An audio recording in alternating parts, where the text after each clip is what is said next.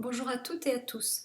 Dans le cadre de la continuité pédagogique des cours d'histoire de l'art contemporain de l'EMAP de Nice et en écho au confinement, je vous propose aujourd'hui de découvrir une artiste qui a travaillé sur le masque et sur l'enfermement en relation avec la thématique étudiée cette année, art et féminisme.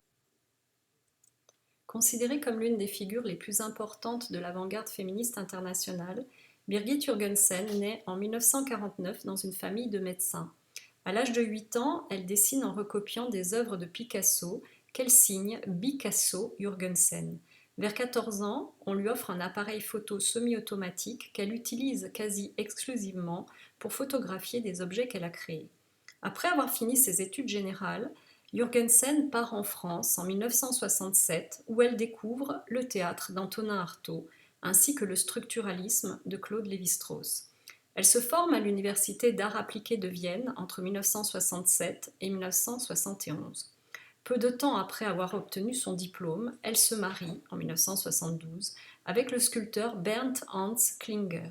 Elle commence son travail de photographie de façon autodidacte la même année en optant pour une démarche ouvertement féministe où elle se situe dans le sillage d'artistes tels que Louise Bourgeois et Meret Oppenheim. En 1975, elle est invitée par l'artiste Vali Export à participer à l'exposition Magna, Féminisme, Art et Créativité, où elle est remarquée pour la première fois.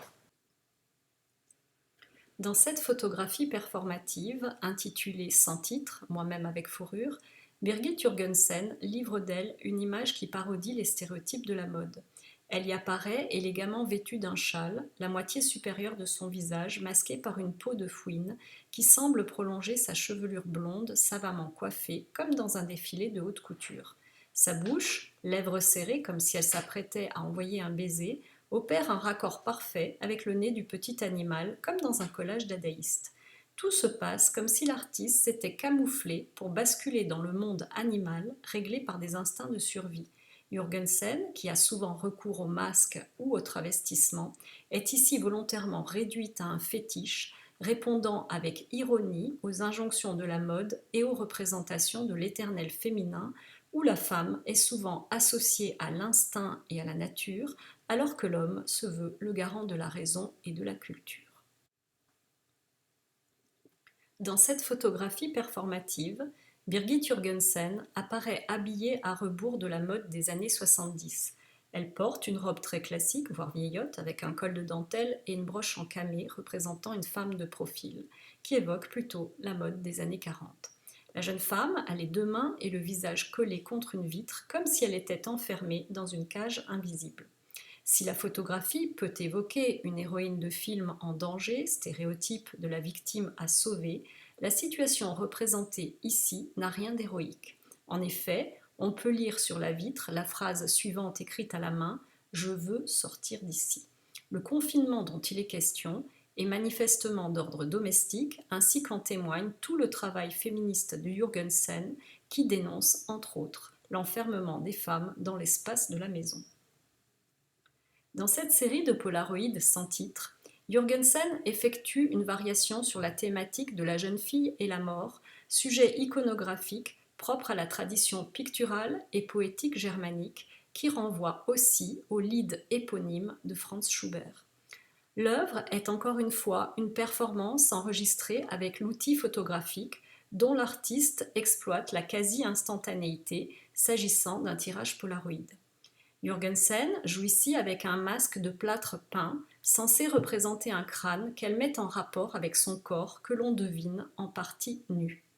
Lorsqu'on regarde bien ce masque auquel elle se confronte, on comprend qu'il s'agit en fait tout simplement d'un moulage de son propre visage sur lequel l'artiste a tenté de retrouver la forme hypothétique de son crâne comme si elle cherchait sous son épiderme l'image de sa propre mort. La qualité plastique exceptionnelle de ces images tient notamment à la coïncidence chromatique entre les yeux de l'artiste et la couleur gris-bleu qui dessine sur le moulage l'image d'un crâne.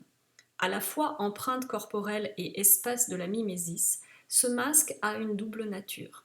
Si le moulage est rattaché à une longue tradition funéraire dont les masques mortuaires sont un exemple, le recours à la peinture ramène le geste de Jürgensen du côté de la vie comme en témoigne la légende rapportée par Pline l'Ancien, selon lequel le dessin fut inventé par une femme voulant retenir l'ombre de son bien-aimé qui s'apprêtait à partir à la guerre.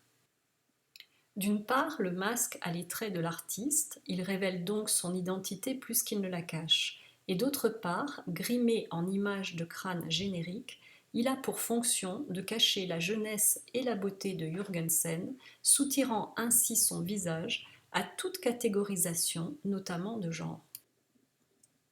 Les différents tirages Polaroid déclinent les jeux corporels de Jürgensen avec ce masque à mi-chemin entre la vie et la mort. Tantôt, l'artiste se cache derrière son crâne, tantôt, elle l'embrasse sur la bouche dans un élan aussi narcissique que funèbre.